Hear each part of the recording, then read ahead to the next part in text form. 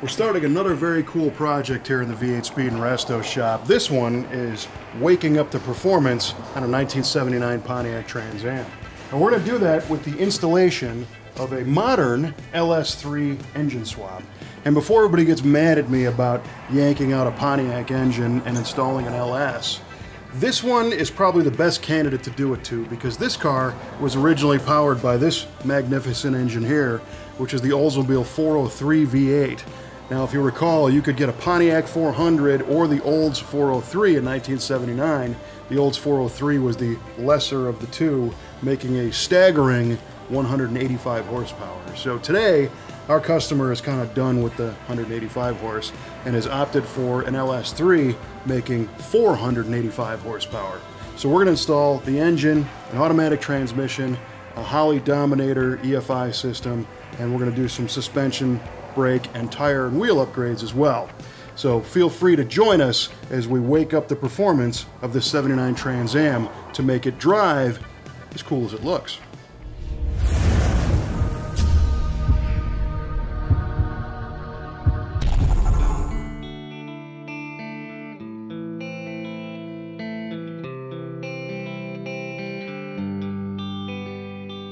So whenever you see a late second gen Trans Am, especially a black one with the gold bird and the gold stripes and snowflake wheels and all that, you think of fast cars because they starred in movies like that. Driven aggressively, burnouts, J-turns, all that sort of stuff. But in reality, they really weren't, especially the 403 Olds powered cars like this one. It's kind of a big, heavy lump of iron out front that didn't do much of anything but weigh the front of the car down. And when this particular car came to us, the customer said, look, I want this thing to be a rock star from a performance standpoint. I don't really care about the Olds 403 engine anymore. And I know it's a little bit rough around the edges, the paint's kind of dinged up and the stripes are faded, but it's a driver and I really want to get out and drive it guilt-free and not worry about taking it to car shows and somebody getting too close to it in a parking lot. And I want daily driver reliability and high performance. So today what we have here is an underpowered, cool looking car that came to us at the V8 Speed Resto Shop in need of a power tune-up and some suspension upgrades and other general repairs. So all those factors pointed to a particular engine and transmission combo. You guessed it, the modern Chevrolet GM LS platform.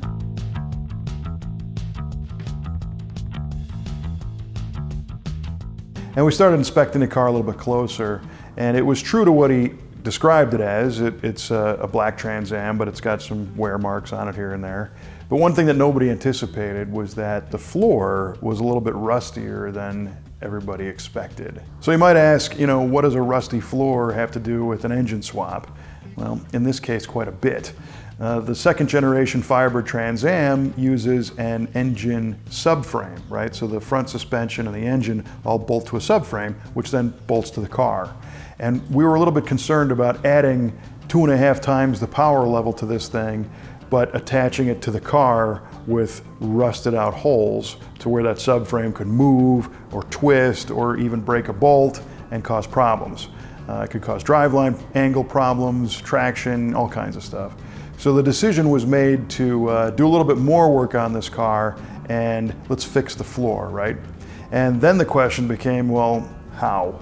And the answer was in the form of getting some complete floor sections from Classic Industries. So we got some brand new floor pans, front and the trunk pan, which meant got to do a little more disassembly on the car. So the front subframe came out, all the interior came out, and we fixtured the car body onto one of our body jigs in our metal shop.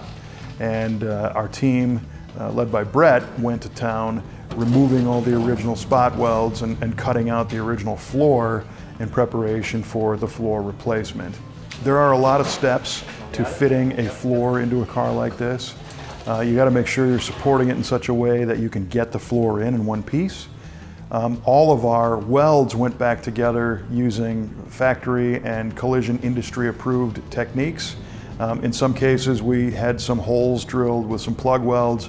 In many other cases we used a resistance spot welder which squeezes the metal and applies high amperage electricity to it, which recreates a factory style weld. So at the end of the day, when the panel has been fit and trimmed properly, and the appropriate seam sealer has been added.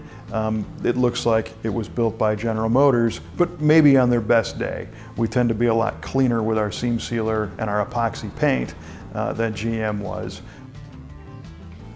There were some additional modifications to be made at the same time in the metal shop. We had to modify the transmission tunnel to fit our 4L60E transmission a little bit better. And at this point, we also took the time to address the firewall. So the firewall in this car is largely hidden behind the original fiberglass air conditioning system.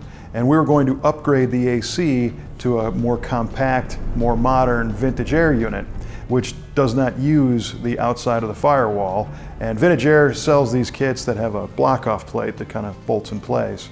But we wanted to do something a little bit fancier, so the guys in the metal shop fabricated a custom steel firewall closeout to block off that hole where the air conditioning was. And it also added a little bit of style, so when you open the hood, this car is unique from all the rest of the '79 Trans Ams. So using the Mittler Brothers bead roller and our Pullmax machine and some other metal tools and our HDP welders, our team created a design and rolled out a sheet metal panel, which then got welded into the original location on the firewall. But when it's all said and done, the welds were all cleaned up and it got body worked and painted, so that now we've got a custom and unique appearing firewall when you open the hood.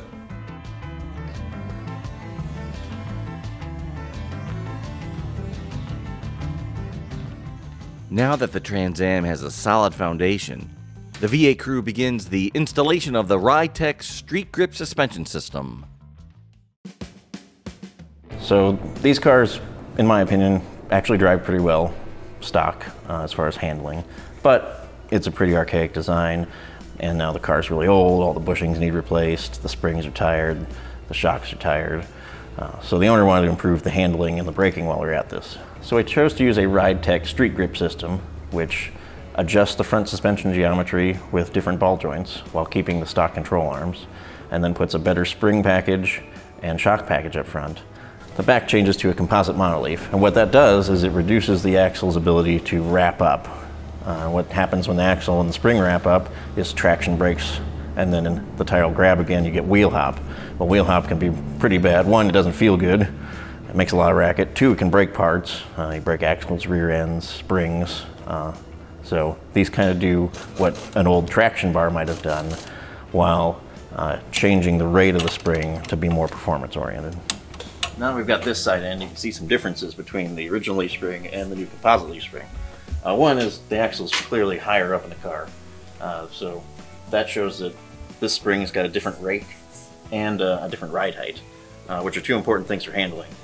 When you lower the car, you lower the center of gravity, which is important for handling, because as soon as the center of gravity gets lower, the car has less tendency to roll in the corners.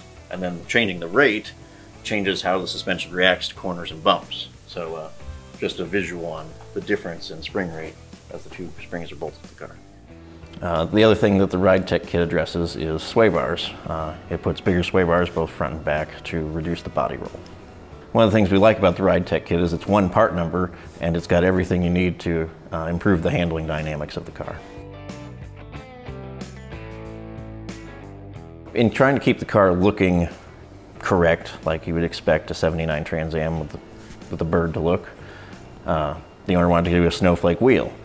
Snowflake wheels don't have a lot of room in them for a bigger brake package. Fortunately, Year One makes some plus-size snowflake wheels. We went with the Year One plus-size 17-inch snowflake wheels, which allowed us to install a set of Willwood disc brakes all the way around.